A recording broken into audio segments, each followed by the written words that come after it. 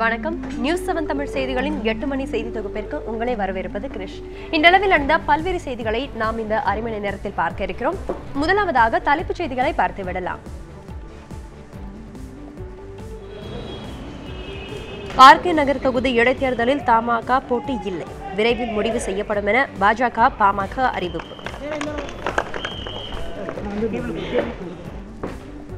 பால் கொள்முதல் விவகாரத்தில் விரைவில் தீர்வு காண உற்பத்தியாளர்கள் கோரிக்கை. முதலமைச்சர் நேரடியாக தலையிட விஜயகாந்த் வலியுறுத்தல்.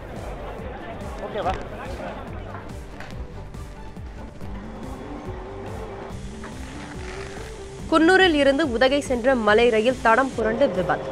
பயணிகள் அனைவரும் அதிர்ஷ்டவசமாக உயிர் தப்பினர்.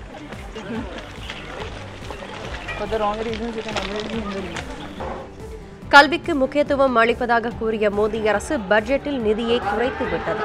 காங்கிரஸ் துணைத் தலைவர் ராகுல் காந்தி குற்றச்சாட்டு.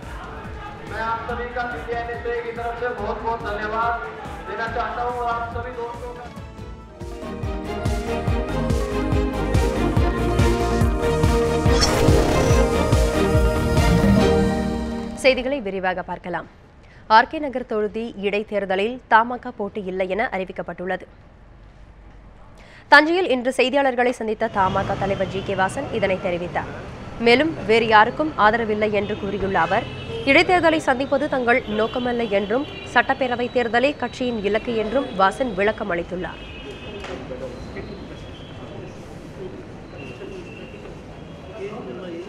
பொதுவாக தமிழ் மாநில காங்கிரஸ் கட்சியினுடைய நோக்கு இலக்கு இடைத்தேர்தல் அல்ல, பொது தேர்தல் தான் என்று நான் ஏற்கனவே பலமுறை குறிப்பிட்டிருக்கிறேன்.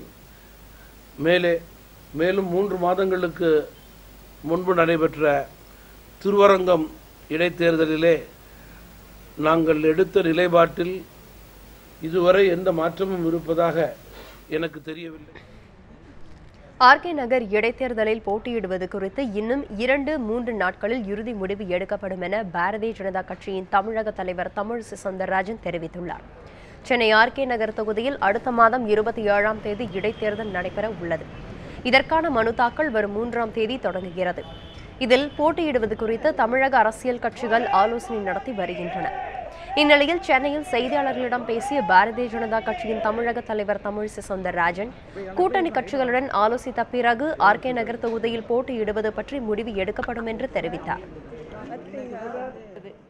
தமிழகத்தில் ஒரு துரதிர்ஷ்டவசமான சூழ்நிலை என்ன என்றால், தேர்தல் வந்தால் அங்கே போட்டி போட வேண்டும். ஆனால் தமிழகத்தில் தேர்தல் வந்தால் போட்டி போடும் நிலையை தவிர பின்வாங்கும் நிலைதான் இன்றைய சூழ்நிலையில் அதிகமாக இருக்கிறது என்பது ஒரு ஜனநாயகத்தில் வேதனைக்குரிய விஷயம். அதனால் இப்பொழுது தேர்தல் 2016 தேர்தல் வர இருக்கிறது. இந்த காலகட்டத்தில் இடைத்தேர்தலும் வந்திருக்கிறது. அதனால் நாங்கள் எங்கள் கட்சி நிர்வாகிகளோடு கலந்து ஆலோசித்து, கூட்டணி கட்சிகள் தலைவர்களிடமும் கலந்து ஆலோசித்து நாங்கள் முடிவு மேற்கொண்டோம். ஆர்கே நகர் தொகுதியில் போட்டியிடுவது குறித்து விரைவில் அறிவிப்பு வெளியிடப்படும் என பாட்டாளி மக்கள் கட்சியின் நிறுவனர் ராமதாஸ் தெரிவித்துள்ளார்.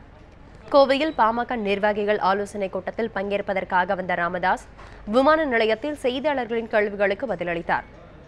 அப்போது அவர் சொத்து குவிப்பு வழக்கில் மேல்முறையீடு செய்யும் திமுகவின் முடிவை வரவேற்பதாக தெரிவித்தார். ஆர்கே நகர் தொகுதி இடைத்தேர்தல் போட்டியிடுவது குறித்து நிர்வாக குழு கூட்டத்தில் ஆலோசித்து முடிவு அறிவிக்கப்படும் என்றும் ராமதாஸ் அப்போது குறிப்பிட்டார்.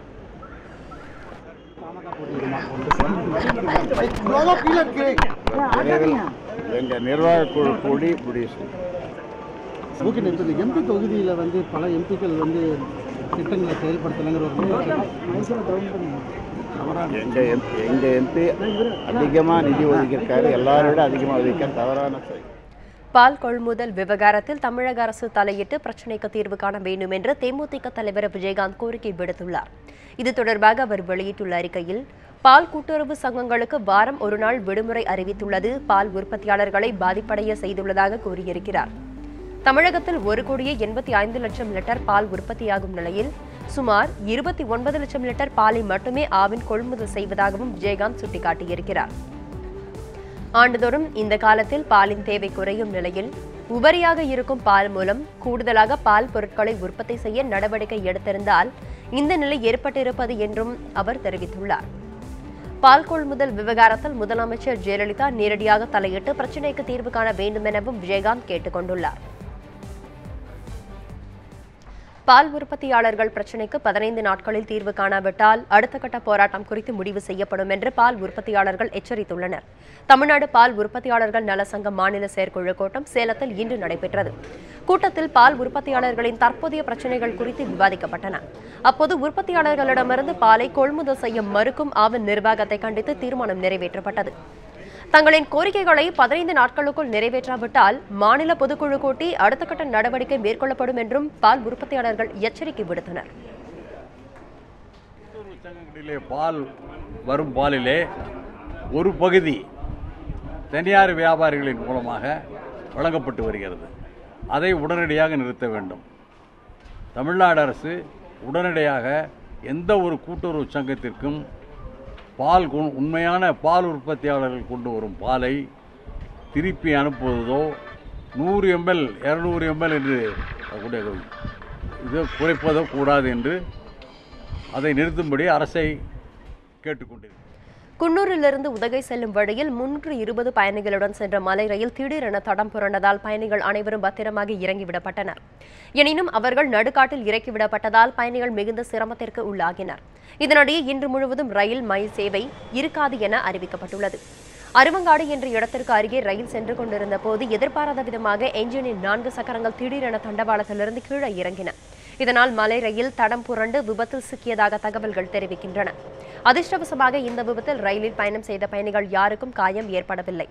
தகவல் அறிந்து சம்பவ இடத்திற்கு விரைந்து சென்ற ரயில்வே அதிகாரிகள் விபத்து குறித்து விசாரணை மேற்கொண்டு வருகின்றனர். கல்விக்கு முக்கியத்துவம் அளிப்பதாக கூறிய மோடி தலைமையிலான மத்திய அரசு பட்ஜெட்டில் அத்துறைக்கான நிதியை குறைத்துவிட்டதாக காங்கிரஸ் துணைத் தலைவர் ராகுல் காந்தி குற்றம் சாட்டினார். டெல்லியில் காங்கிரஸ் கட்சியின் மாணவர் பிரிவு ஏற்பாடு செய்திருந்த நிகழ்ச்சி ஒன்றில் கலந்து கொண்டு பேசிய போது அவர் இவ்வாறு தெரிவித்தார். மேக் இன் இந்தியா திட்டத்தை சாதனையாக மத்திய அரசு கூறிக்கொண்டாலும் அதனால் எந்த பலனும் இல்லை என்றும் ராகுல் காந்தி குற்றம் சாட்டினார். மேலும் நேற்று பிரதமர் மோடியை சந்தித்து முன்னாள் பிரதமர் மன்மோகன் சிங் அவருக்கு பொருளாதாரம் குறித்து கற்றுத்தந்ததாகவும் ராகுல் தனது பேச்சின் போது குறிப்பிட்டார். ரேபரேலி தொகுதியில் வளர்ச்சிப் பணிகளை மேற்கொள்வதில் மத்திய அரசு ஆர்வம் காட்டவில்லை என்று காங்கிரஸ் கட்சித் தலைவர் சோனியா காந்தி குற்றம் சாட்டியிருக்கிறார். ஒருநாள் பயணமாக இன்று தனது சொந்த தொகுதியான ரேபரேலி சென்ற அவர் பசர்வான் ரயில் விபத்தில் பலியானவர்களின் குடும்பத்தினரை சந்தித்து பேசினார். அப்போது பலியானவர்களின் குடும்பத்தினருக்கு 2 லட்சம் ரூபாய் இழப்பீடு தொகை வழங்கிய சோனியா காந்தி தேவையான உதவிகளை வழங்குவதாகவும் உறுதியளித்தார். தொடர்ந்து தொகுதியில் நடைபெறும் வளர்ச்சிப் பணிகள் குறித்து அதிகாரிகளிடம் அவர் கேட்டறிந்தார். இதுகுறித்து செய்தியாளர்களிடம் பேசிய அவர் தொகுதியில் வளர்ச்சிப் பணிகளை மேற்கொள்வதில் மத்திய அரசு அலட்சியம் காட்டுவதாக குற்றம் சாட்டினார்.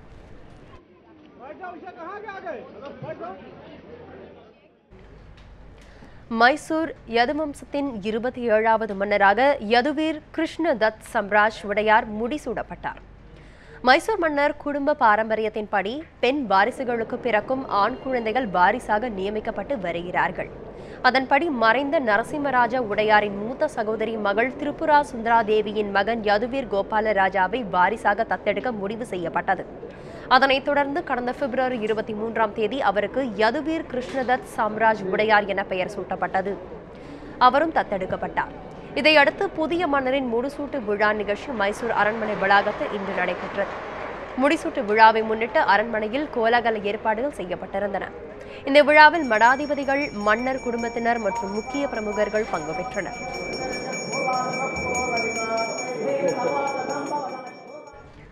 இனிவரும் செய்திகளில் நாளையுடன் முடிகிறது ஆழ்கடல் மீன்பிடித்தலுக்கான தடைக்காலம்.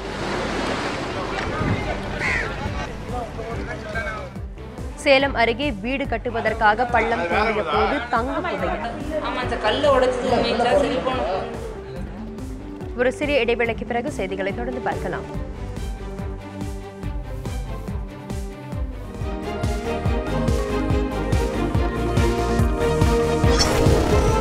நியூஸ் 7 தமிழ், பொறுப்பும் பொது நலமும்.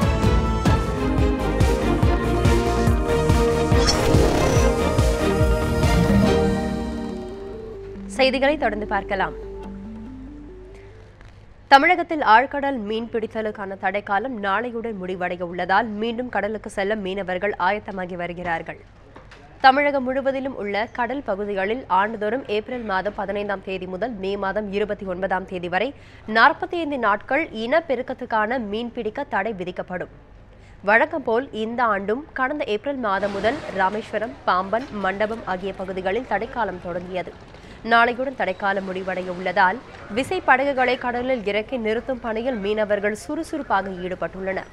எனினும் இலங்கை கடற்படையின் அச்சுறுத்தல் காரணமாக வாழ்வாதாரம் பாதிக்கப்படும் அபாயம் ஏற்பட்டிருப்பதாக ராமநாதபுரம், புதுக்கோட்டை மற்றும் நாகை மீனவர்கள் கவலை தெரிவித்துள்ளனர். நிரந்தர மீன்பிடிக்கு மத்திய மாநில அரசுகள் வழிவகை செய்ய வேண்டும் எனவும் அவர்கள் கோரிக்கை வைத்துள்ளனர். சேலம் மாவட்டம் ஆத்தூர் அருகே வீடு கட்டுவதற்காக பள்ளம் தோண்டிய போது தங்க புதையல் கண்டெடுக்கப்பட்டது பெரும் பரபரப்பை ஏற்படுத்தியிருக்கிறது. ஆத்தூர் அருகே நரசிங்கபுரத்தைச் சேர்ந்த சின்னக்கண்ணு என்பவர் தனது பழைய வீட்டை இடித்துவிட்டு புதிதாக வீடு கட்டி வருகிறார். இதற்காக தொழிலாளர்கள் இன்று அஸ்திவாரம் தோண்டிய போது சிறிய செம்பு பாத்திரம் ஒன்று மண்ணுக்குள் புதையுண்டு இருப்பதை கண்டெடுத்தனர். அதில் பழங்கால நகைகள் இருப்பதை பார்த்து தொழிலாளர்கள் யாரிடமும் சொல்லாமல் தாங்களே பங்கு போட்டுக் கொள்ள திட்டமிட்டதாக கூறப்படுகிறது.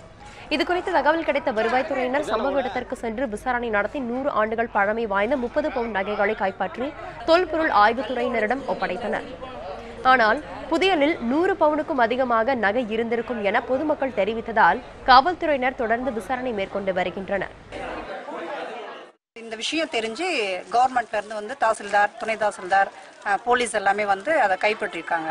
அதில் வந்து எவ்வளோ பவுன் அவங்க எடுத்துகிட்டு போயிருக்காங்க அப்படின்னு பார்த்தா ஒரு 30 பவுனு கிட்டத்தட்ட ஏராளமாக இருக்குது. இன்னும் மீண்டும் அது எவ்வளோ இருக்குது, யாருக்கிட்ட எல்லாமே போயிருக்கு அப்படிங்கிற விஷயத்த நான் வந்து திருநெல்வேலியில் தேவாலய கட்டடம் இடிந்து விழுந்தது தொடர்பாக ஒப்பந்ததாரர் ஜோஷ் என்பவரை போலீசார் கைது செய்துள்ளனர். திருநெல்வேலி புதிய பேருந்து நிலையம் அருகே பழமையான புனித பீட்டர்ஸ் தேவாலயத்தை இடித்து புதிய தேவாலயம் கட்டும் பணி நடைபெற்று வந்தது. நேற்று இரவு 8 மணி அளவில் கான்கிரீட் மேற்கூரை அமைக்கும் பணியில் 20க்கும் மேற்பட்ட தொழிலாளர்கள் ஈடுபட்டிருந்தனர். அப்போது திடீரென மேற்கூரை சரிந்து விழுந்ததில் 3 தொழிலாளர்கள் உயிரிழந்தனர். இந்த விபத்து தொடர்பாக கட்டட ஒப்பந்ததாரர் ஜோஷ் கைது செய்யப்பட்டிருக்கிறார். கோவை அருகே ஆசிரமம் ஒன்றுக்கு வருகை தந்த நடிகர் ரஜினிகாந்த் அங்கு தயானந்த சரஸ்வதி சுவாமியை சந்தித்து பேசினார். கோவை அருகே உள்ள ஆனைக்கட்டியில் சுவாமி தயானந்த சரஸ்வதியின் ஆர்ஷ் வித்யா குருகுல ஆசிரமத்திற்கு நடிகர் ரஜினிகாந்த் அடிக்கடி வருவது வழக்கம். அதன்படி சென்னையிலிருந்து கோவைக்கு வந்த ரஜினிகாந்த் ஆசிரமத்திற்கு வந்து தயானந்த சரஸ்வதி சுவாமியை சந்தித்து பேசினார். ரஜினி வருகை குறித்த தகவல் ரகசியமாக வைக்கப்பட்டிருந்தது. சேலத்தில் சாலையோரம் உறங்கிக் கொண்டிருந்த சிறுமியை கடத்தி சென்று பாலியல் வன்கொடுமை செய்தவரை காவல்துறையினர் தேடி வருகின்றனர். சேலம் கொண்டலாம்பட்டி பகுதியைச் சேர்ந்த கூலி தொழிலாளி ஒருவர் சீலநாயக்கன்பட்டி பகுதியை சாலையோரத்தில் குடும்பத்தினுடன் உறங்கிக் கொண்டிருந்த அவர்களுடன் 9 வயது சிறுமியும் உறங்கிக் கொண்டிருந்தார். அந்த சிறுமியின் தாய் தந்தை காலமானதால் சித்தியுடன் வளர்ந்து வருகிறார். நேற்று இரவு உறங்கிக் கொண்டிருந்த போது மர்ம நபர் சிறுமியை கடத்தி சென்றுள்ளார். அருகில் உறங்கிக் கொண்டிருந்த சிறுமியை காணாமல் போனது குறித்து அவரது சித்தி தேடிய போது அருகில் உள்ள புதரில் சிறுமி கிடைத்தது கண்டுபிடிக்கப்பட்டது. அப்போது தன்னை கடத்தி சென்றவர் பாலியல் வன்கொடுமை செய்ததாக அந்த சிறுமி கூறியிருக்கிறார். தற்போது சேலம் அரசு மருத்துவமனையில் சிறுமிக்கு தீவிர சிகிச்சை அளிக்கப்பட்டு வருகிறது. இதுகுறித்து அன்னதானப்பட்டி காவல் நிலையத்தினர் வழக்கு பதிவு செய்து விசாரணை மேற்கொண்டு வருகின்றனர்.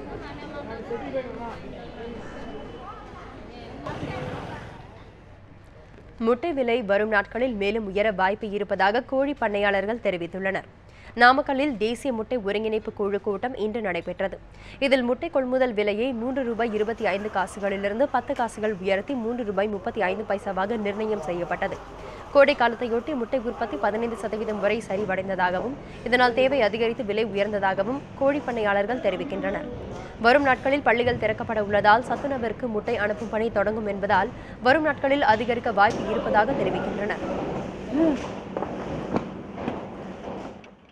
பண்ணையாளர்கள் கூட்டத்தில் முட்டையினுடைய விலை 10 பைசா உயர்த்தி ₹2.35 விலை நிர்ணயம் செய்யப்பட்டுள்ளது.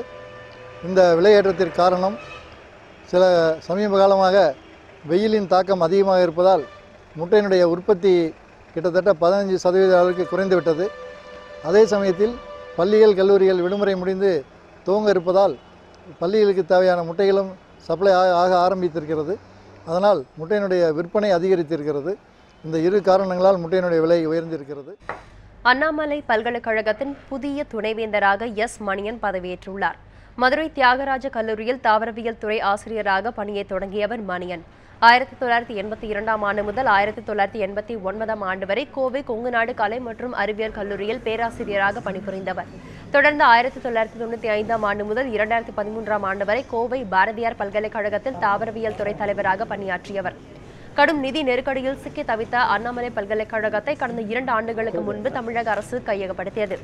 அதன் பிறகு நியமிக்கப்பட்ட முதல் துணைவேந்தர் எஸ் மணியன் ஆவார். அண்ணாமலை பல்கலைக்கழகம் வந்து ஒரு பழம்பெரும் பல்கலைக்கழகம். இந்தியாவில் உள்ள ரெசிடென்சியல் யூனிவர்சிட்டி அப்படிங்கிறதுல ரொம்ப பெரிய ரெசிடென்சியல் யூனிவர்சிட்டி. அதனுடைய தலைமை பொறுப்பை ஏற்றுக்கொண்டதில் மிகவும் சந்தோஷப்படுகிறேன். இனிவரும் செய்திகளில் தங்கம் விலை இன்று சவரனுக்கு 64 ரூபாய் குறைந்தது. ஈராக்கின் ஃபலுஜா நகரில் திடீரென்று வீசிய மணற் புயல்.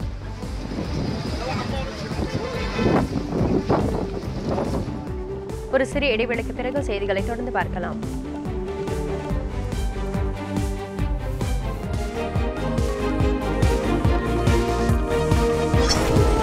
நியூஸ் 7 தமிழ், பொறுப்பும் பொது நலமும்.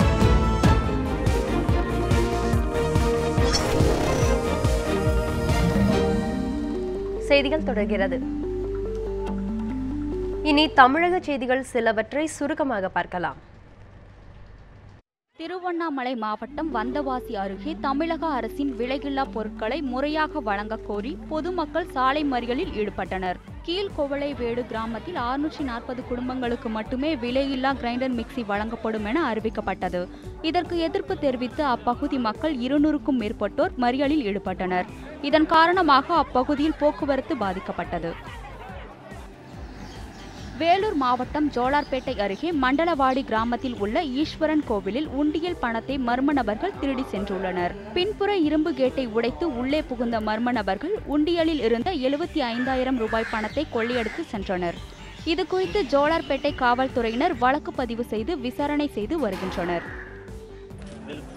நாமக்கல் மாவட்டம் ராசிபுரத்தை அடுத்த பேலுக்குறிஞ்சியில் 11ஆம் வகுப்பு மாணவியை காதலித்து கர்ப்பமாக்கிய இளைஞர் கைது செய்யப்பட்டார். வெள்ளாளப்பட்டி பகுதியைச் சேர்ந்த சதீஷ் அப்பகுதியைச் சேர்ந்த 11ஆம் வகுப்பு மாணவியை ஆசை வார்த்தை கூறி பாலியல் துன்புறுத்தலுக்கு உள்ளாக்கியதாக கூறப்படுகிறது. இதுகுறித்து மாணவியின் தந்தை அளித்த புகாரின் பேரில் அந்த இளைஞரை போலீசார் கைது செய்தனர்.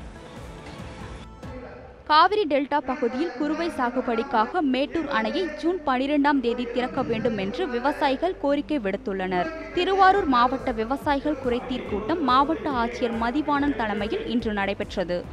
இதில் கலந்து கொண்ட விவசாயிகள் குறுவை சாகுபடிக்காக மராமத்து பணிகள், ஆறுகள் தூர்வாறுதல் உள்ளிட்ட பணிகளை விரைந்து முடிக்க வேண்டும் என்று வலியுறுத்தினர். மேலூர் அருகே சூறாவளி காற்றுடன் பெய்த கனமழையால் ஒருவர் உயிரிழந்தார்.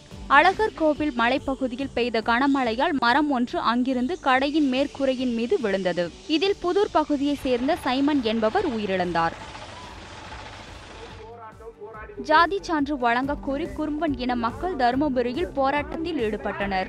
கோட்டாட்சியர் அலுவலகம் முன்பு திரண்ட இவர்கள் 800 பேருக்கு மட்டுமே இதுவரை ஜாதி சான்றிதழ் வழங்கப்பட்டதாக கூறினர். எஞ்சிய அனைவருக்கும் உடனடியாக ஜாதி சான்று வழங்க கோரி குறும்பன் இன மக்கள் போராட்டம் நடத்தினர். சேலம் மாவட்டம் எளம்பிள்ளை அருகே ஏரி ஆக்கிரமிப்பை அகற்றுவதற்கு எதிர்ப்பு தெரிவித்து அப்பகுதி மக்கள் பேரூராட்சி அலுவலகத்தை முற்றுகையிட்டனர். இந்த பகுதியில் கடந்த 50 ஆண்டுகளாக 138 குடும்பங்கள் வசித்து வருவதாக கூறப்படுகிறது. இந்நிலையில் நீதிமன்ற உத்தரவுப்படி ஆக்கிரமிப்புகளை அகற்ற வருவாய்த்துறையினர் நடவடிக்கை மேற்கொண்டனர். இதனை கண்டித்து அப்பகுதி மக்கள் பேரூராட்சி அலுவலகத்தை முற்றுகையிட்டு ஆர்ப்பாட்டம் நடத்தியதால் பரபரப்பு நிலவியது. தங்கம் விலை இன்று சவரனுக்கு 64 ரூபாய் குறைந்துள்ளது. 1 கிராம் தங்கம் 2551 ரூபாய்க்கும் சவரன் 20,408 ரூபாய்க்கும் விற்கப்படுகிறது. இதுபோல் 10 கிராம் சுத்த தங்கம் 27,280 ரூபாய்க்கு விற்பனையாகிறது. 1 கிராம் வெள்ளி 41 ரூபாய் 20 காசுகளுக்கும் 1 கிலோ வெள்ளி 38,475 ரூபாய்க்கும் விற்கப்படுகிறது. அதனைத் தொடர்ந்து இந்திய பங்குச்சந்தைகளில் இன்று சரிவு காணப்பட்டது. இன்றைய வர்த்தக முடிவில் மும்பை பங்குச்சந்தை குறியீட்டன் சென்செக்ஸ் 57 புள்ளிகள் சரிந்து 27,506 புள்ளிகளில் முடிவுற்றது. இதுபோல் தேசிய பங்குச்சந்தை குறியீட்டன் நிப்டி 15 புள்ளிகள் சரிந்து 8,319 புள்ளிகளில் முடிவடைந்தது. ஈராக்கின் ஃபலுஜா நகரில் திடீரென்று வீசிய மணற் புயல் காரணமாக பொதுமக்கள் பெரும் சிரமத்திற்கு ஆளாகினர். ஈராக்கின் வடகிழக்கு பகுதியான ஃபலுஜா நகரில் மணற் புயல் வீசியதால் அங்கு முழுவதும் புழுதி படர்ந்து காணப்பட்டது. வீடுகள் மற்றும் சாலைகளில் படர்ந்து தூசியால் வாகன ஓட்டிகள் சிரமத்திற்குள்ளாகினர். சுமார் 2 மணி நேரம் நீடித்த மணற் புயல் காரணமாக அப்பகுதியை இருண்டு புகைமண்டலமாக காட்சியளித்தது. மணற் புயலால் மக்கள் மூச்சு திணறலுக்கு ஆளாகினர். அடுத்த ஆண்டு நடைபெற உள்ள ரியோ ஒலிம்பிக் போட்டியில் பங்கேற்க இந்திய வீரர் அபினவ் பிந்த்ரா தகுதி பெற்றுள்ளார். ஜெர்மனியில் நடைபெற்ற சர்வதேச துப்பாக்கிச் சுடுதல் 10 மீட்டர் ஏர் ரைபிள் பிரிவில் இந்திய வீரர் அபினவ் பிந்த்ரா போட்டியிட்டார். அதில் சிறப்பாக செயல்பட்ட அபினவ் 627.5 புள்ளிகள் பெற்றார். இதன் மூலம் அபினவ் அடுத்த ஆண்டு நடைபெற உள்ள ரியோ ஒலிம்பிக் போட்டியில் பங்கேற்க தகுதி பெற்றார். ஏற்கனவே இந்தியாவிலிருந்து சித்து ராய், ககன் நரங் உள்ளிட்ட 3 பேர் தகுதி பெற்றிருந்தனர். தற்போது துப்பாக்கிச் சுடுதல் பிரிவில் போட்டியிட 4வது வீரராக அபினவ் பிந்த்ரா தகுதி பெற்றுள்ளார்.